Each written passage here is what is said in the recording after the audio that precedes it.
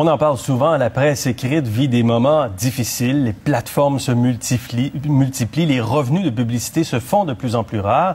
C'est toute une industrie qui est en transformation, qui change, mais c'est surtout les comportements des lecteurs qui évoluent.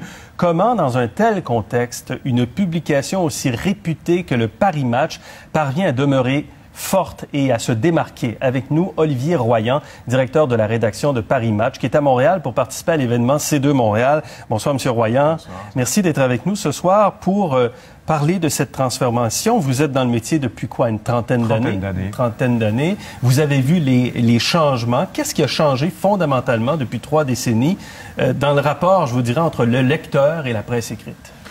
Je pense que le lecteur, le rapport n'a pas vraiment changé. C'est-à-dire que c'est un rapport de confiance.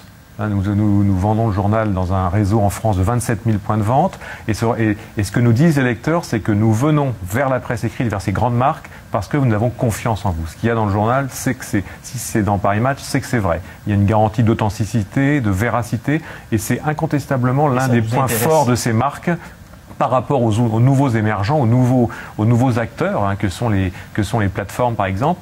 Pourquoi? Parce que les gens vous disent, finalement, nous avons envie de nous revenons vers vous, vous êtes une sorte de repère dans une espèce de bruit médiatique généralisé. C'est une qualité que les grandes marques de médias, dont Paris Match, bénéficient aujourd'hui.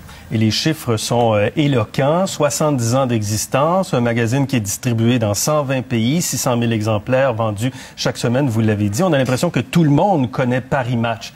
Est-ce que les jeunes de 15, 20, 25 ans connaissent bien Paris Match? Je dirais qu'ils le connaissent moins que leurs parents, ou qu'ils le connaissent moins que leurs aînés. En revanche, ce que l'on voit, il y a un paradoxe. Vous avez des tendances qui sont baissières dans le monde entier, pas dans le monde en particulier en Europe et en Amérique du Nord, sur les magazines. La vente au numéro dans les kiosques, dans les points de vente baisse. Et pourtant, dans notre cas, par exemple, l'audience globale monte. Ça veut dire qu'avec les nouveaux médias, avec les tablettes, avec le mobile, avec notre développement sur les nouvelles plateformes, nous touchons un nouveau public. Et ce public, on doit le toucher différemment. Qui vous connaissent autrement. Qui nous connaissent autrement. Et ce public, évidemment, il est plus jeune. Il vient en partie des réseaux sociaux. Et donc, il va falloir lui parler différemment que notre expression sur le papier. Et l'un des grands enjeux aujourd'hui est comment on arrive, alors utilisant ce mot de storytelling, c'est-à-dire en utilisant notre force qui est le poids de l'histoire, notre capacité à raconter des histoires, et comment on arrive à raconter ces histoires avec des nouveaux modes d'expression, en mélangeant la vidéo, la photo, le texte, et l'importer à un public jeune dont la capacité d'attention est quand même plus basse que celle de ses parents. On peut l'affirmer assez facilement. Oui, mais même en vieillissant, on a l'impression, puisqu'on utilise de plus en plus ces tablettes, tout cela, qu'on a nous-mêmes, parce que je suis de moins en moins jeune, vous aussi d'ailleurs, nous le sommes tous, donc on a une capacité un peu moins forte d'attention. Voilà. On le voit. Ça, c'est un grand point d'interrogation, parce qu'on voit évidemment, alors il y a des chiffres délirants, par exemple, nous consultons notre mobile, notre téléphone portable 110 fois par jour. Ça, 110 fois? C'est absolument incroyable. Les adolescents 2 fois plus. Donc à quel moment ce journalisme, il y a une sorte de moment Internet a été fondé comme un média d'interruption. Et aujourd'hui, on a l'impression que beaucoup de marques de médias se battent sur ce journalisme de l'interruption. C'est-à-dire comment j'arrive à rentrer dans l'attention de quelqu'un pendant quelques secondes, quelques minutes dans la journée. Ouais. Mais il ne faut pas déserter l'autre domaine qui est le plus important pour nous, c'est la qualité journalistique, l'excellence journalistique. Les gens viennent vers nous parce que nous allons couvrir des sujets qui sont des sujets comme dans votre émission, des sujets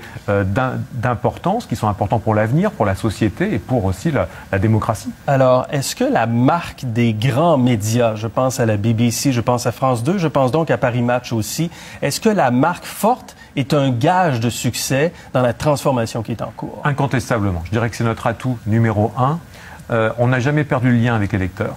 On a un lien très très fort. Et je pense que cette communauté qu'on a réussi à bâtir, et on l'a bâtie de façon différente. Vous avez à la fois cette capacité qu'on a, on ne peut pas négliger nos lecteurs. Le magazine, c'est un objet, c'est d'abord un objet. Donc on n'est pas question pour nous dans les années à venir de négliger l'expression papier de Paris Match. On va continuer à se concentrer sur ce papier parce que c'est des revenus pour nous. Et on voit que certains magazines ou certains journaux qui ont négligé cette expression papier ont aujourd'hui une perte de revenus qui est substantielle. Et en même temps, il est important pour nous d'aller de développer nos expressions numériques en complément. du oui. print. Mais est-ce que vous êtes quand même en migration du papier vers le numérique? Est-ce qu'on va laisser tomber le papier? Bien sûr. Non. On ne va pas laisser tomber le papier, c'est-à-dire que le papier va sûrement, à la manière d'un orchestre, comme si le piano était le seul instrument au devant de la scène, et bien le piano aujourd'hui, il n'est plus au devant de la scène. L'instrument principal est avec les autres, avec une sorte de quartet. Que sont le web, la tablette, le mobile et le print. Donc il ne s'agit pas de négliger le papier. En revanche, c'est sûr que si on fait un schéma dans les années à venir, il va y avoir une migration, et la migration a commencé. Et je pense que il nous est arrivé de prendre l'exemple de la musique. L'exemple de la musique est très intéressant puisque on voit que l'industrie de la musique a perdu de l'argent depuis 10 ans, n'a cessé de perdre, a perdu près de 70% de son chiffre d'affaires pour en 2016 finalement remonter un peu. Et pouvoir annoncer sur Sunset Boulevard the musical industry is back again, is alive again, ce qui est quelque chose d'assez incroyable. Nous, je pense que la digitalisation, la numérisation est entamée. Elle est entamée, mais une grande partie de nos revenus, une large majorité de nos revenus, continuent à revenir du print. Que pensez-vous de la gratuité des contenus sur le web et surtout en information? C'est le mot qui me fait le plus peur. La gratuité, c'est un gros mot pour nous. Pourquoi? Oui. Parce que entretenir l'illusion que l'information est gratuite, c'est quelque chose de fallacieux. On avait une équipe en Syrie cette semaine. Cette équipe a assuré sa protection, parvenir à lui faire un reportage sur les enfants soldats en Syrie, c'est un coût. C'est un coût. Et entretenir l'illusion que l'actualité est gratuite, que l'information est gratuite, c'est un leurre absolu. L'information n'est pas gratuite, ça coûte cher. Et on a l'impression un petit peu aujourd'hui qu'il y a deux sortes de médias.